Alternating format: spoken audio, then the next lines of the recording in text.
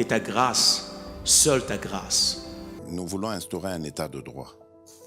Et dans un état de droit, il y a une justice indépendante. Ce n'est pas à l'individu Félix Tshisekedi de commencer à faire justice.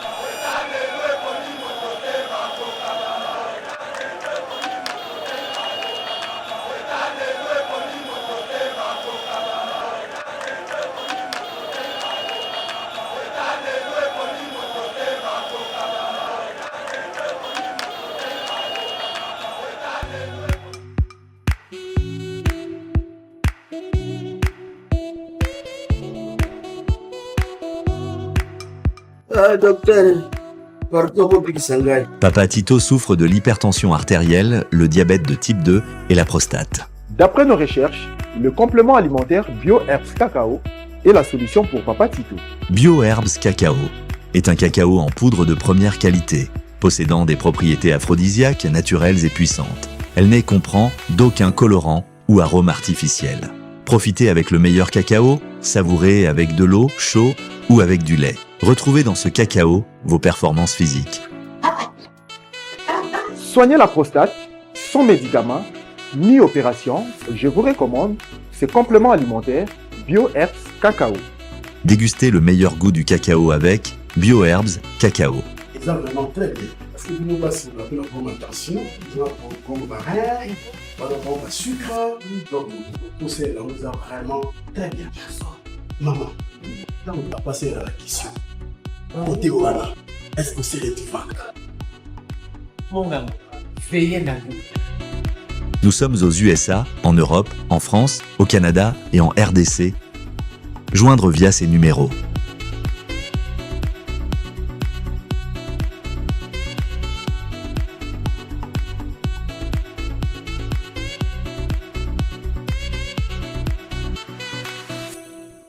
BioHerbs Cacao. Pour devenir distributeur, écrivez-nous sur gmsociety1gmail.com ou en appelant sur ces numéros. Adresse Kinshasa, 17 rue de Marais, Kingombe, à côté de DGI. Beauté, Bandeko, Balandi Ayeba TV, spécialement émission Éveil patriotique. Tokutani Mokolo ya lelo lundi 27 janvier 2025. Avec un seul sujet à l'ordre du jour. Toko Beta Masolo, ya Est ya République démocratique du Congo.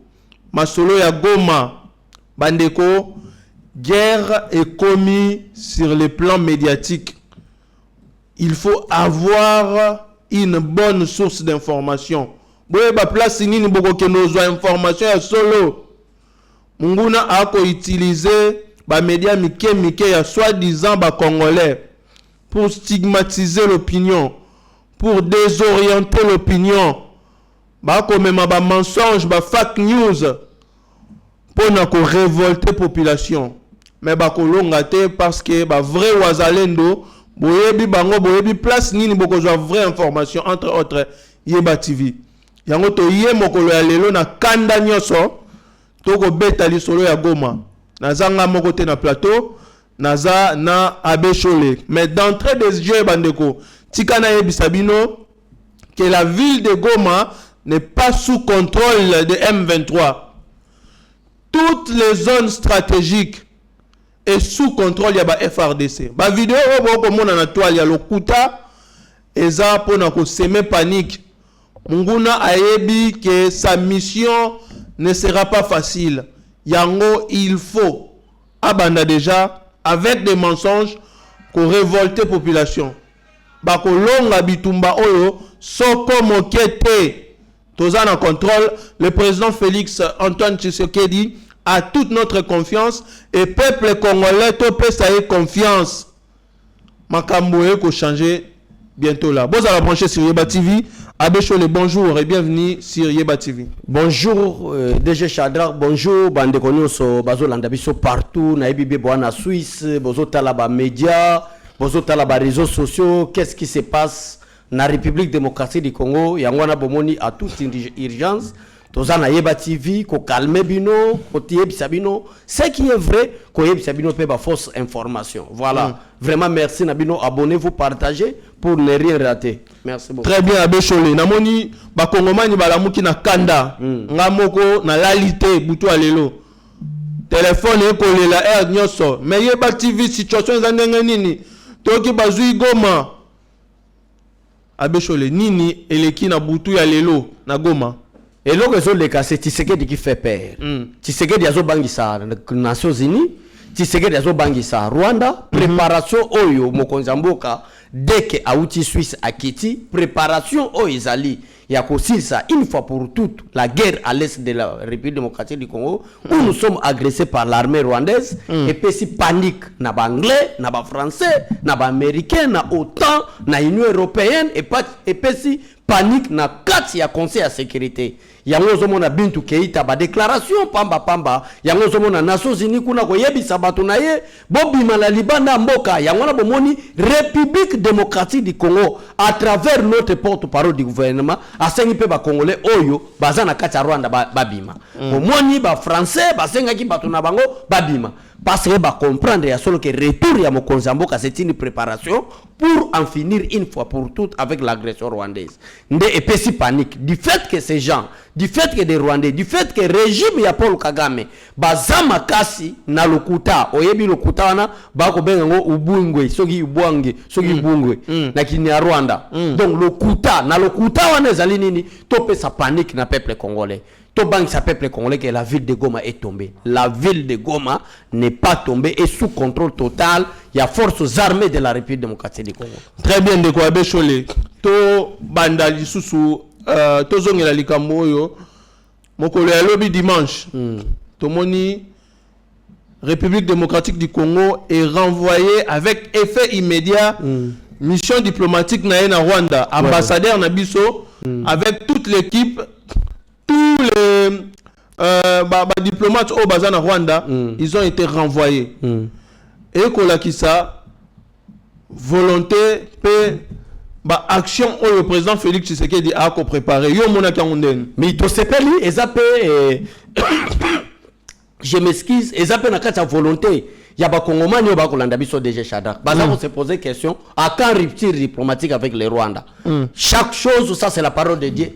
Vient avec son temps. Chaque chose a son temps. Tant eux coquille et ça la sous-comédité. Et ça prouve Nabatouana a déjà été FRDC après. Déjà par rapport à la question à eux opposé n'a qu'on déjà qu'on alerter peuple congolais. Qu'il n'a pas pylône 12 ou 13 au attaqué là ils sont à Rwanda. Qui est les frontières avec le Rwanda. Oh c'est là où le problème est allé.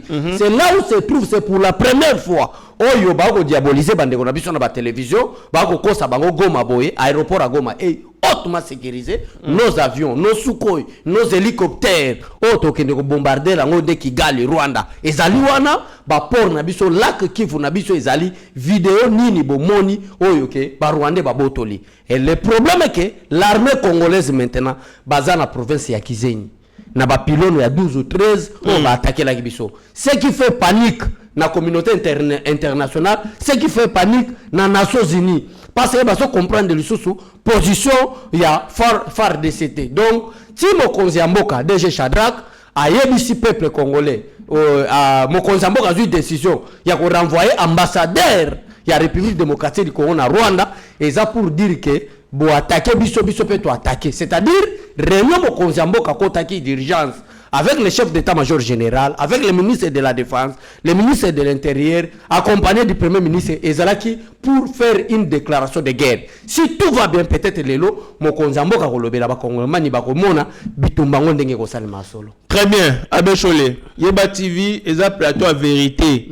Ba kongomani il faut ba yeba vérité ya makambo ezoleka na Goma. Parce que manipulation eza makasi. Abbé Cholé, il y a quelques éléments, il y a M23, Oyo, Bakoti na ville ya Goma. Oui. Cela ne veut pas dire que la ville de Goma est sous occupation. Il y a M23. Ba vidéo au Bokomona, il y a aéroport, il y a Goma. Et ça, ba vidéo, misusu eza ya kala. L'aéroport de Goma est sous contrôle de FRDC. Namoni mutu mususu na Twitter na ye a commis Radio Télévision Nationale Congolaise ya Goma eza déjà sous contrôle ya ba M23. Lokuta monene abeshole. Pourquoi ba kokosa ba kongomani boye? La guerre maintenant de DG Shadrach est médiatique. Ba médiatiser bitumba. Ezana ba point oyo Congolais azolanda biso ayebi vila Goma. DG ne tokenda na yo ezana ba site oyo soki l'armée rwandaise ba koti na kati ya Goma ba komona. D'abord place oyo eza frontière entre République démocratique du Congo na Rwanda na Goma na plein centre ville à Goma. Et soki barrière biso ezawa Rwanda bandi kuna o ba benga province ya Kisenyi. Ceux qui seni ceux qui nini. Frontière les awana en plein Goma. Tout tokolo bana Gombe ya Goma parce que tant que toza logé na Serena, tu repousses na quelques minutes na makolo, to comme une frontière. Place stratégique eza lac Kivu tout autour ya côté ya hôtel Serena. Place stratégique eza aéroport ya Goma parce que bandeko so ba yebate hôtel mina aéroport ya Goma bazo ebisota la Rwanda bandi wana. Kuna eza Rwanda. C'est-à-dire ba militaire ba défiler tout autour ya Goma. Ba capturer ba vidéo ba panzer na batuke ville ya Goma sali nini ekui eza nini ba médiatiser ba bangisa nyoso na bazo luka nini bazo luka peuple a révolté ba Rwandais les Rwandais ont compris que ce qui fait la force de Félix Tshisekedi c'est le peuple bazana posa batala ke nzala ezali difficulté ezali bitumba pe toza abandonné peuple bo se révolter contre qui? Contre Tshisekedi. Mais pour que ba pousser peuple congolais bongo et sengeli basala nini ba diaboliser ba pesa ba fausse information que to boto ligoma ba tinde la biso a vidéo ya aéroport ba tali sa biso ya aéroport à Goma oyo ba tinde la biso d'ailleurs arsenal militaire ya Congo o eza accompagné na ba matériel militaire DG Shadrach eza na aéroport ya Goma ba tali sa biso ba avion de chasse na biso ba boto les api bazo to ko attaquer Kigali eza na Goma ezali ba fausse information bitumba et salemi na porte ya Goma et non na kati ya Goma. La ville est calme, la ville est tranquille. Na moni vidéo mususu a Bécholé un soldat soi-disant ya FRDC a Kolobake ba M23 bazana manduki o eza sophistiqué plus que ba oyo ba FRDC bazana équipement bazana ba matériel ya communication plus que ba oyo ya FRDC alors que c'est un gros mensonge. Sur le plan il y a équipement. Sur le plan, il y a des armes à Congo, les FRDC sont mieux outillés. Sur le plan stratégique, les FRDC, sous la vision du commandant suprême, le président Félix Antoine Tshisekedi, toyebi exactement ce qu'il faut faire pour neutraliser l'ennemi. Alors, les Congolais, prenez votre mal en patience. Makambo eko changer à Bécholé. Est-ce que l'armée Nabiso est équipée? L'armée Nabiso bana minduki te à Bécholé. Déjà Shadrach na royobi sa peuple congolais ba kolanda biso ayez vos apaisements. Bazala calme. Tshisekedi fait peur. Tshisekedi azobangi sa communauté internationale. Tshisekedi azobangi sa Paul Kagame. Oyo ba agitation boko combattre pourquoi toutes ces agitations? Et ça ba agitation inutile. Rwanda koki kokokana na biso na manduki te. Rwanda koki kotelema na biso na organisation militaire te. Rwanda koki kokokana na biso na financement ya armée te. Donc militaire ozomona batalisaki yango na yebisi bande kona début émission awa ke bato bako salela lokuta. Bato bazana bitumba ya ba réseaux sociaux. Koko sabino ko inventer ba information na lolenge na bango ndenge bakanisa lokola militaire wana. À cause de l'année congolais, bien sûr. Mais bah là, c'est tenu. Et le belika, comme on a mobile, on a so fondé ba militaire trop. Au moins, on que ce n'est pas militaire. Biso, tozako ye baba militaire, nzela awa. Ya bere, babu ma colonae, ndenge bakangaka. Otali mutoa, c'est un civil. Bazuka ka teni ya Pentagone to bengaka, ba PC ba latisi détruire armée na lokuta. Yo kasi communauté internationale lelo bazo siéger nana yebité mais ba mamo ba kolanda biso bandeko ba kolanda biso ba yebi que ça soit Nations Unies que ça soit les États-Unis la Grande-Bretagne la France sont contre le régime de Tshisekedi ba ngonde baza ko appuyer Paul Kagame mais ti ozomona ba bazo ba maintenant Paul Kagame c'est biso ndetro bi pas que soit cessé nous allons continuer le roi bwana nvia ko botora ko maboya DG Shadrach nazo bisayo peuple congolais partout boko landanga likambu président Félix Tshisekedi akotika na monde et Paul Kagame vine mobimba ti akokufa ako regretta que j'avais touché tous les présidents na Zaïre, mais Félix Tshisekedi ndé moto akotisinga peuple et là on a aussi bino et vos apaisements.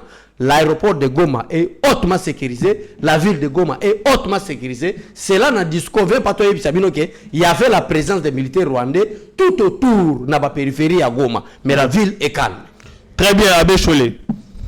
Une réunion stratégique a été tenue hier.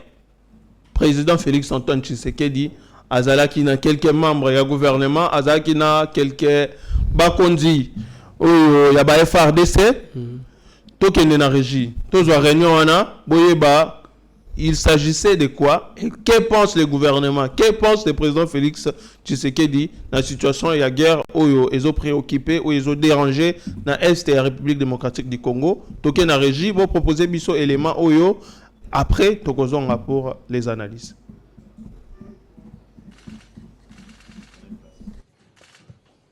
Il est à 23h40 et je crois que le président de la République, commandant suprême de forces armées de la République démocratique du Congo, est encore en ce moment précis en train de travailler. Cette réunion, c'était pratiquement la dernière d'une très longue journée parce qu'il y avait à la fois le besoin de suivre de près la situation sécuritaire à Goma. Vous savez que ce matin, des camps des déplacés ont notamment été touchés par des bombes. Il était question d'étudier tous les mécanismes, notamment avec les responsables tant au niveau du gouvernement qu'au niveau de l'armée, pour voir comment on assure la protection et la sécurité des populations. Parallèlement à cela, vous avez suivi qu'il y avait aujourd'hui la demande de la République démocratique du Congo, une réunion publique du Conseil de sécurité qui s'est tenue spécialement ce dimanche, où la ministre d'État, ministre des Affaires étrangères, a eu l'occasion de présenter la situation globale et c'est que la République démocratique du Congo souhaite. Et dans ces mêmes esprits, le président de la République a eu plusieurs contacts avec un contact diplomatique pour évidemment étudier tous les tours de la question. Et donc à ces propos, le président de la République a tenu d'abord à exprimer toute la solidarité du gouvernement et de lui-même envers nos populations qui sont affectées et qu'à ce niveau, toutes les dispositions sont prises pour nous garantir la sécurité et la protection des compatriotes, parce que nous savons qu'il y avait justement, par exemple, ces bombes qui sont tombées sur des camps de déplacés. Il faut s'assurer que les vies humaines sont préservées. Voilà, en synthèse, les tours des questions qui ont été abordées ce soir autour du président de la République. Nous sommes dans une situation de guerre où l'actualité évoluée, elle peut évoluer à tout moment. L'idée ici, c'était de regarder qu'est-ce que nous devons faire pour assurer que nous avons protégé nos populations. On va pas aller dans un débat spéculatif parce que nous sommes le gouvernement autour du président de la République et comme nous le faisons habituellement, nous aurons l'occasion de revenir au regard de l'évolution de la situation pour vous faire le point. Mais pour ce soir, la priorité était de regarder, notamment avec les responsables militaires, comment on préserve les vies humaines. Vous savez qu'il y avait la détermination des autres. Vous savez aussi que nos forces sont très déterminées. Et donc, au milieu de cela, il y a une population. Je pense que cette population, le devoir du président de la République et du gouvernement, c'est de s'assurer de leur protection. Et c'est cela qui a fait l'objet aussi des contacts diplomatiques du président pour lequel nous aurons l'occasion de revenir en détail dès qu'il y aura des éléments à partager. Merci. Très bien. Abbé Cholé, on a noté premièrement, le président de la République, Félix Antoine Tshisekedi, suit de près la situation de Goma. Bakongomani na biso o bazana Goma, o bako kanisa que le président se désintéresse de votre sort. Message naïe est clair. Tout ce qui se passe à Goma est à intéresser le président de plus près. Abbé Cholé, bombe ba M23 ba betaki ekiti tina bakan ya déplacé. Bakan ya ba déplacé. La population oyo aza censé qu'on la protéger. Ba M23 ba komo bomana ba innocent. Ba image wana tokoki diffuser ngote parce que c'est horrible. Ba to bakatani mitu maboko. C'était vraiment triste, c'était vraiment cruel. Ngata on a moni ba image wana Abbé Cholé et Pesingana Kanda. Mais koyoka que d'abord président de la République azo s'intéresser de très près dans la situation wana et ça un message moko caché à Abbé Cholé. Oui. Président, c'est lui le commandant suprême. À Zolanda, c'est lui le vrai nationaliste. C'est lui le patriote à solo. Moi, Namboka Félix Antoine Tshisekedi Lombo, Oyo, Azako Landela Makambu ya Goma de près. Donc, Bandeko, Bolanda n'a pas fausse information, Bolanda n'a pas réseaux sociaux.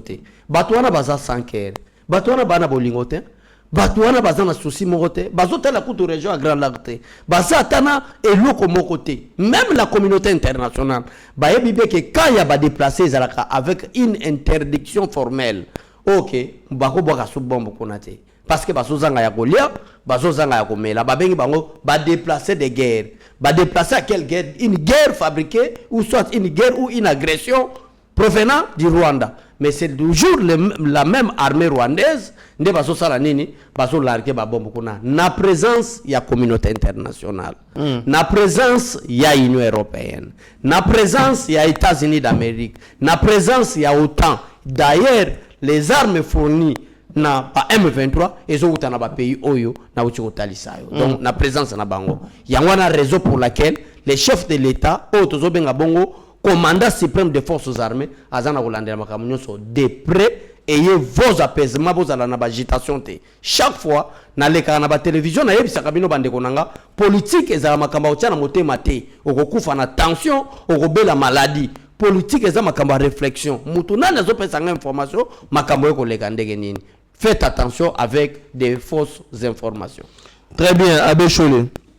Le même dimanche, il y a lobby, ministre Nabiso aux Affaires étrangères. Elle a obtenu en toute urgence une réunion au Conseil supérieur des Nations Unies. Ce qui est grave, c'est que c'était un dimanche. Dimanche, c'était censé être un jour, il y a repos. Mais vu l'urgence,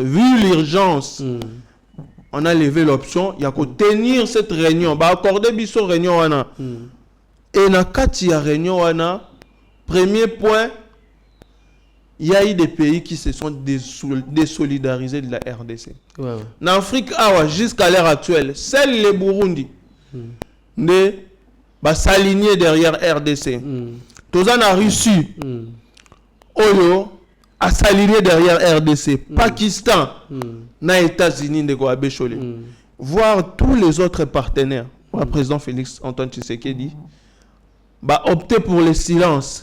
C'est aussi un message à Abbé Cholé. C'est un message, même qu'on a hypocrisie à l'Amérique qu'on s'aligne derrière la République démocratique du Congo. Et ça pour idée à Russie non? Les Américains Russie derrière la République démocratique du Congo. Toko za la musique na ennemi te to za la pembeni naïe. On se comprend de DG Chada. Tolanda hypocrisie na bangote. Le mot d'ordre a été donné. Pays nous sommes basés la déclaration lelo. Le mot d'ordre a été donné na ba puissance occidentale wana de rester derrière le Rwanda. Na moment où Congo a traversé une agression de Sadrak. Et ça na pays mogote pays ko ba na fin du silence. Non. Merci beaucoup na ba konzi à Pakistan parce que vous êtes sincères. Merci beaucoup na ba konzi à Russie parce que vous êtes sincères. Les restes des pays au ba fin du silence ba yebi c'est un complot de Sadrak. Bitumba ya Goma, Bitumba ya Congo, na partie à est de la République démocratique du Congo, c'est un complot contre la nation congolaise.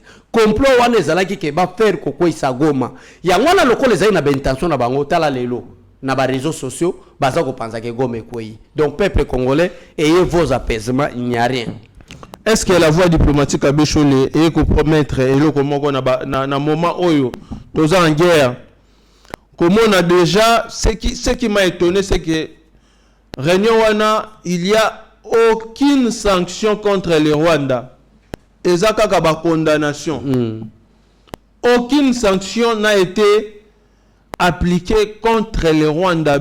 C'est quand même grave de voir l'urgence et l'évidence de Makambu. Déjà Chadra, Rwanda c'est un petit pays. En termes de superficie, en termes de population, en termes de tout, Rwanda c'est un petit pays. Même le Nord Kivu est plus vaste que le Rwanda. Déjà Chadra. Mais un petit pays comme ça, aux hommes, bah pays bazo condamné, nous condamnons, nous demandons. Et ça problème à demander qu'on condamne qu'on condamne ce n'est pas une sanction. Et si quand la verbe condamner quand nous condamnons. Mais le vrai problème est ça qu'on sanctionne Rwanda. Aucun pays, même les États-Unis, même l'Union européenne, aucun pays oyo baza capable de sanctionner Rwanda lelo comme si Rwanda a plus puissant que les pays là. DG Sadrak bandeko bakolanda biso ezalaki complot mobimba ezali bango nde baza koantete Paul Kagame mais bakozala surpris DG Sadrak bakozala surpris na mikolo eza koya a penser kaka ya lelo na wuti koyebisa bino na DG Sadrak peut-être le chef peut donner le mot d'ordre aujourd'hui. Ayez vos apaisements. Oh, nous sur Rwanda, zo biso et zo zonge pas na d'ici là. Boza la calme, monta désinformer bino. Très bien. Abbé Cholé, le président de la République, parmi les réunions stratégiques au Salaki, réunion après mort, il y a gouverneur, il y a Nord Kivu, il avait ordonné, après ça qui fait vert, na ba FRDC, ba attaquer ennemi. L'une des options au Ego Mabiso, il y a qu'à changer, pardon, opinion, et ça il y a qu'à même guerre européenne en Rwanda. Na moni lobby na Gisenyi, Manduki et Betty. Est-ce que FRDC a préparé pété to kota na kati ya Rwanda? To so kota na Rwanda, ce que moni communauté internationale ba lubi bobima. Ba américain ba exige ba tone ba bima. Ba français ba ipsi ba tone ba bima. République démocratique du Congo a interpellé ambassade na batonaye bobima. DG Sadrak. C'est que to so kota ki Gisenyi. DG Sadrak je m'excuse bandeko, kolongwa Gisenyi na jeep kokoma Kigali nous sommes à 2h 3h du temps. Donc bandeko nanga 3h de route. Bozala na bino calme. Fais vert ezope sama bozoka. D'ailleurs na minute na koloba na ba pilono ba ya ko attaquer biso 12 ou 13 ba ko benga. Ozo kabola biso na bango. C'est là où l'armée congolaise va tie base na ye. C'est là où tozo kotande na Gisenyi. C'est là où le Rwanda ce n'est plus la République démocratique du Congo. Donc tozela nanu déclaration asuka mokonzamboka lelo par rapport à urgence tozana. Très bien, Abbé Cholé. Quelques faits marquants, il y a journée, il y a lobby, évasion, il y a des prisonniers, il y a na prison centrale, il y a Goma, na Munzenze, Abbé Cholé. Tout le monde a vidéo, bah prisonnier, bah Kimi. Qu'est-ce qui a occasionné ça, Abbé Cholé? Parce que la prison est là parmi les lieux les plus sécurisés. Les lieux les plus sécurisés. Eza nini makambo yeko sala mabeshole to yebite plan nini yo yebike biso na yeba TV, il faut donner l'information avec certitude ndenge to sako yebisa batake et vos apaisements parce que avec certitude que Goma est sous contrôle il y a forces armées donc to ça te comprendre des complot et ça même événement et ça même na makala kuna lokola majorité ça bato ba sala ba bitumba ba kimisi bango ezali complot trahison. Tous comprendre avec le temps, il y a un développement pour nous expliquer le peuple congolais qu'est-ce qui s'est passé en réalité. Très bien, Abbé Cholé.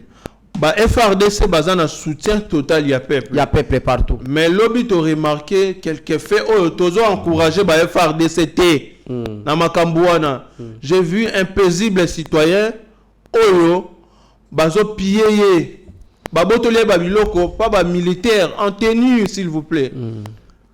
Beaucoup piller ba magasin, ce n'est pas intéressant à Bécho le Babiloko wana. Biloko wana to condamner ngo les peuples partout nous soutenons nos forces armées de la République démocratique du Congo.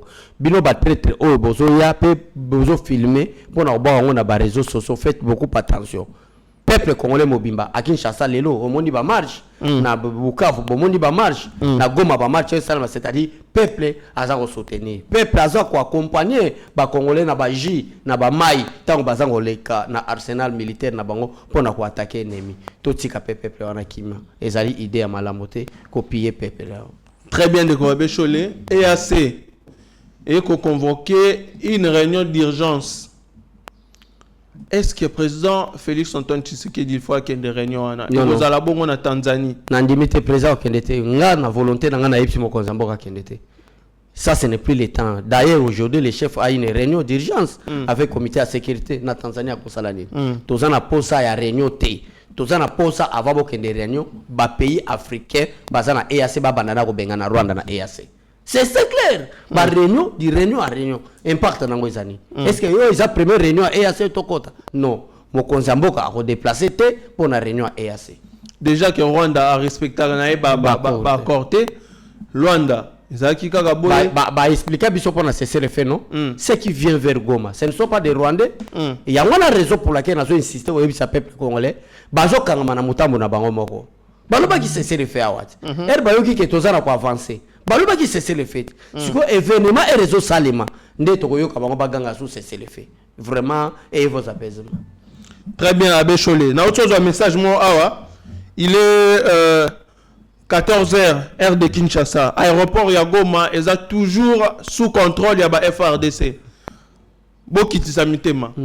Le président Félix Antoine Tshisekedi va bientôt agir et kozala terrible pour na banguna.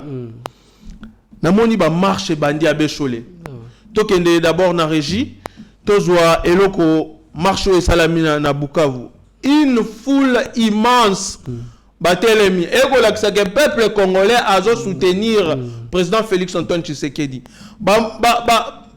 Image au bozomona na ba réseaux sociaux. Oh ba congolais bazo sepela na entrée yaba M23. Eza lokuta. Ba congolais ya est ya RDC baza derrière Fachi. Bota la image oyo. Bongo toya to commenter yango bino mo botala ba image. Merci. Wale walisema bongo inaenda bongo.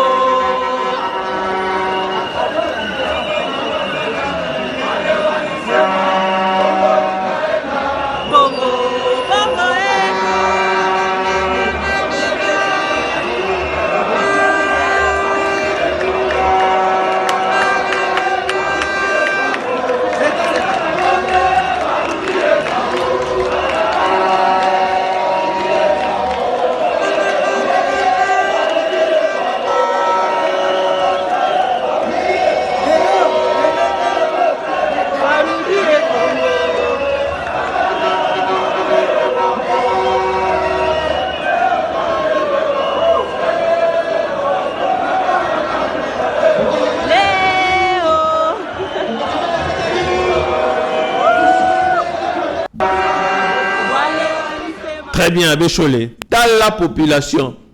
Ce que image tout le monde a, ils ont Congolais ou Rwandais Abbé Cholé. Ce sont des Congolais. Qui sont donc qui nous a makasi. Il y a wana ebisa bandeko na biso ba Congolais boza la GTT. Funo bomoni wana bandeko nanga partout na Bukavu. Ce sont des Congolais qui soutiennent le président de la République, qui soutiennent le commandant suprême, qui soutiennent le FARDC na Bukavu. Bayo qui sangu na ba fausse information que Goma est tombé tala fulu ndenge bimi de Chada. Nanzembo ba lo bageti Tshisekedi pesa ordre tokota na Rwanda ordre ngonde zo pesa malelo boko yoka.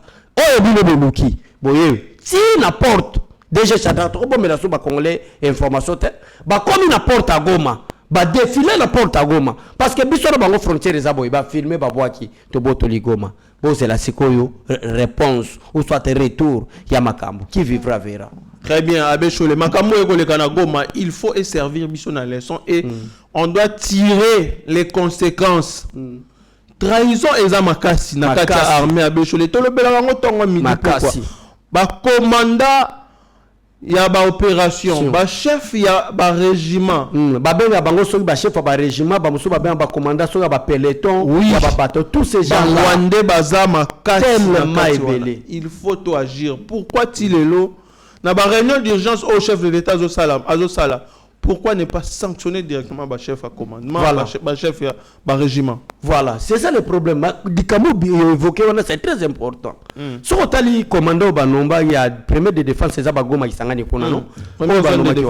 Troisième zone de défense. C'est la troisième zone de défense au Banomé, on a compté avec Tumbakuna. Et donc, il y a Fandi Sarabanan. Ba commandant ba régiment, ba commandant ba peloton, ba commandant ba bataillon. Commandement, c'est-à-dire que trahison tellement n'andenge ko sakana te bato ba fanda pendant 18 ans. Le mieux à faire pour le moment DG Shadraka est que vraiment na ordonnance à chef de l'État et ça la même chose que ça le matin mais ça la na cas moko exceptionnel. Dès que mon konzambo ka nommé a nommé na ba commandant. Il y a ba peloton, il y a ba régiment wana pour que tout ça makama parce que niveau trahison ça le niveau armée en tout cas vous n'avez aucune idée. Très bien Abbé Cholé. Mais namoni inaction ya ministre de la défense photo le belango Abbé Cholé. Tango biso ba kongomani ba wazalendo to côté lema. Pour na défendre mboka, il faut qu'il y ait du sérieux. Na makambo oyo, il faut le dire. ministre de défense a aidé chef de l'état t. Ouais. Mais c'est moi dia vita azo sala elo côté abechole. Afandi, azo fandi nazo mona pe action na été. Hein? Même na makambu ya ba militaire constant mutamba komi kokota kutu. Ko pousser ata ba militaire que peuple a soutenir bango.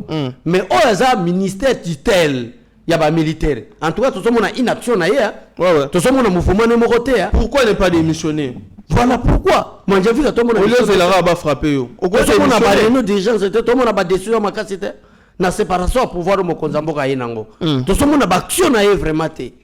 Donc pourquoi pas exiger sa démission? Koluka mutumoso ce n'est pas un problème. Très bien abechole toko kene malembe na suka. Mais disons félicitations na ba wazalendo na biso. Voilà. Oyo ba kotiti na Rwanda na gizeni wana na minute oyo. Moto eza kopela. Paul Kagame aza à l'aise te moto eza kopela. Bomoni ba image o bakangi quelques éléments ya ba FRDC eza lokuta. Eza ba image akala o ba otsawana. Ba pesa bino na TV5. Gizeni eza na moto na minute. Ba pesa biso na ba TV5 na bango lokuta wana ke Goma yango yo tala aéroport yango yo. Tala. Bapesa mais nazo yebisa bino ndenge DG Chadra Lobi. Félicitations forces armées de la République démocratique du Congo, félicitations les Wanzalendo les patriotes congolais parce que minito moto o leba yebisa bino ke moto ala kizeni o leba yebisa bino ke ti communauté internationale asa ko loba ete bobima cesser les faits moto za ko kotande na Rwanda mais ba ko yebisa bino te ba ko kosa ke Goma koyi nzamba la ke la bino mabe. Très bien abechole. To alerter ba Congomani. Pourquoi? Ba se désabonner na ba page ya ba infiltré bazo se prétendre baza ba congolais mais ba travailler na munguna Steve Wembi oyo a ko relayer ba information ya ba M23 ba Congomani o bazo boza abonné na ba page na ba compte na nyos tout Twitter, Facebook, Instagram bo se désabonner Pero Louara, bon c'est désabonné à l'immédiat. Tous les gens baza ebele. Misusu to kotanga bango même balé wana na bechole. Omonien congolais a kopé ça a soutenir na M23. Voilà, soutien totalement. Pero Louara c'est rwandais. Si vous Wembi c'est il a une nationalité douteuse. Yo quand c'est etolo ba infiltration ça na katsa métier na population même na administration publique. Même na ba journaliste, on nous a vraiment infiltré. Mutasa opé sa position. Pero Louara est où? Azana poto mais azoye ba peke ba étranger au basala na Monisco ba kolega par Entebbe en passant par Bunagana oyo ezabongo na maboko ya ba M23 azolo ba peke ba nationaux ba koyana njili. Où est-ce qu'il a pris toutes ces informations? Il collabore avec ces Rwandais là. Voilà, donc bo c'est des abonnés bo moni ata ba page na bango bo supprimer yango. Très bien abechole to komi presque na suka ba Congomani ba benga kinga belé parce que émission na biso suka to sala ki on a promis to sala direct to fongo la téléphone na zu ba appel belé ba senga direct alors si possible lelo na boza la connecter voilà to sala en direct na abechole bo benga bokozwa situation tozota la évolution voilà. Une fois réaction chef de l'état salami tokozonga en direct on a téléphone ouvert poto bento fongo la téléphone bozala en direct connecté na ba Congomani nyonso à travers le monde tokomi na suka bechole le monde vraiment ndenge DG Chadra merci au lobby merci na bino peuple congolais partout message na munana de message kana lingi na pesa bino poto clôturer bozala calme Goma ne tombera jamais par contre tozo kendeti na Kigali deuxièmement déjà s'organiser toza na Yeba TV à même ti 21h tozo zela mo décision mo konza suka poto kota Kigali yango atalelo une fois pour toutes alors émission to sala na pourquoi eza en direct préparez vos questions. Préparez des vidéos, envoyez dans les commentaires. Donc, vous allez passer que Dieu vous bénisse. Très bien, Abechole. Il y a un dernier point autobus dans l'émission. Dans ma gamme, vous avez un instant. Bakonzi a union sacrée. Batikali pour réagir. Après une pression médiatique, parce que dans Ngonga, tous ont besoin de rassemblement. Abechole. Tous ont besoin. Il y a quoi attaquer Batouté. Les gens ont une réaction à vice-président, premier vice-président du Sénat, Modeste. Bati Lukwebo azo benga ba Congomani la mobilisation derrière le président Félix Antoine Tshisekedi. Félicitations na Margarita. Na sali yango Margarita. Eza division te to la vérité. Na niveau azanango, na responsabilité azanango na kacha nyo sacré. Akolo ba makamo na reta voter, c'est très dangereux. Pendant que nous sommes en guerre, présidium, il y a union sacrée. Bateau bazo décider, bateau bazo diriger. Et deuxième vice-président na Sénat. Jour à soir, le bango lelo, Rwanda na porte à Rwanda, et il est de l'Est. Parce que bateau bako kufa kuna, basa bandeko vraiment, il y a biso ba congolais, mais lui il est de l'Est. Mais t'as la temps le bérango, mais néanmoins, DG Chadar, nous félicitons malgré un retard. Président de l'Assemblée nationale, peut-être c'est le message naïf. Vital Kamera Rolobate, il faut aller au quoi. Vital Kamera Rolobate. Vital Kamera a un intérêt politique malgré nous avons besoin de l'unité. Moka Nabiso, c'est Moka Nabiso. Vital Kamera Rolobate. Vital Kamera, c'est quoi déjà 2028? Lui, il est président. Il est bien voté. Même Mokozamboka Yebi, c'est à cause des intérêts. Maintenant, la guerre réseau Salama, il croit toujours qu'il va être président. Non, même il n'y a pas la guerre. Qui va voter Vital Kamera comme président? DG Chadra, face à la nation en danger, et ça, c'est la hypocrisie. Parce que là, la télévision, au moins, on a bâti, on a salié, mais malgré on a en retard. Mais la caméra n'a pas salié. Nous avons tant de traîtres dans ce pays. C'est notre pays. Tout le un jour, on a biso DG Chadra, va regretter, papa, koko, bota biso. Les loto benga ba lumumba aye na biso. Mais bazaki batoko la biso. Bana na biso bakokufa. Bana na biso tozo bota biso tant tozalate. Ba lo bato sala ni to bundani. Ata moi ba vidéo na biso etelema etika la histoire que bana mibalo ba bunda pona mboka na biso. Donc caméra ko loba na ete. Très bien. Il y a sacré silence déjà Chadra bimisimo nani ni moko bien très silencieux. Donc baza on mitema ba ko sepela. Bo yamba répartition de postes bayaka mbangu réunion. Tozana 10 députés tozu 3 pour. Tozana 10 autant de députés. Oh bisonde parti soki ni nyango wana na ngonga oh nde tozana besoin na bino tozana besoin ya force politique oh bo déclarer à tout moment ba ressortissant de pour besoin ba poste na ngonga oh nde tozana besoin na bino abechole toza vraiment très connecté tozo ta la évolution ya actualité en même temps soki lokoye directement tozo ngi na plateau bandeko restez branchés sur Yeba TV. L'information est à 24 sur 24 lelo. Tozana bino jusqu'à X time. Place à cause de bonne information yango. To sengi na bino bo se désabonner pardon. Na ba ennemi à République. Monsieur Perro Louara, Steve Wembi jusqu'à la cité ka ba mi balé. Tozo tala ba misusu wana. Restez branchés sur Yeba TV. Je vous retrouve tout à l'heure avec une nouvelle émission. Merci. Bye. Seigneur, que ta grâce, seule ta grâce. Nous voulons instaurer un état de droit. Et dans un état de droit, il y a une justice indépendante. Ce n'est pas à l'individu Félix Tshisekedi de commencer à faire justice.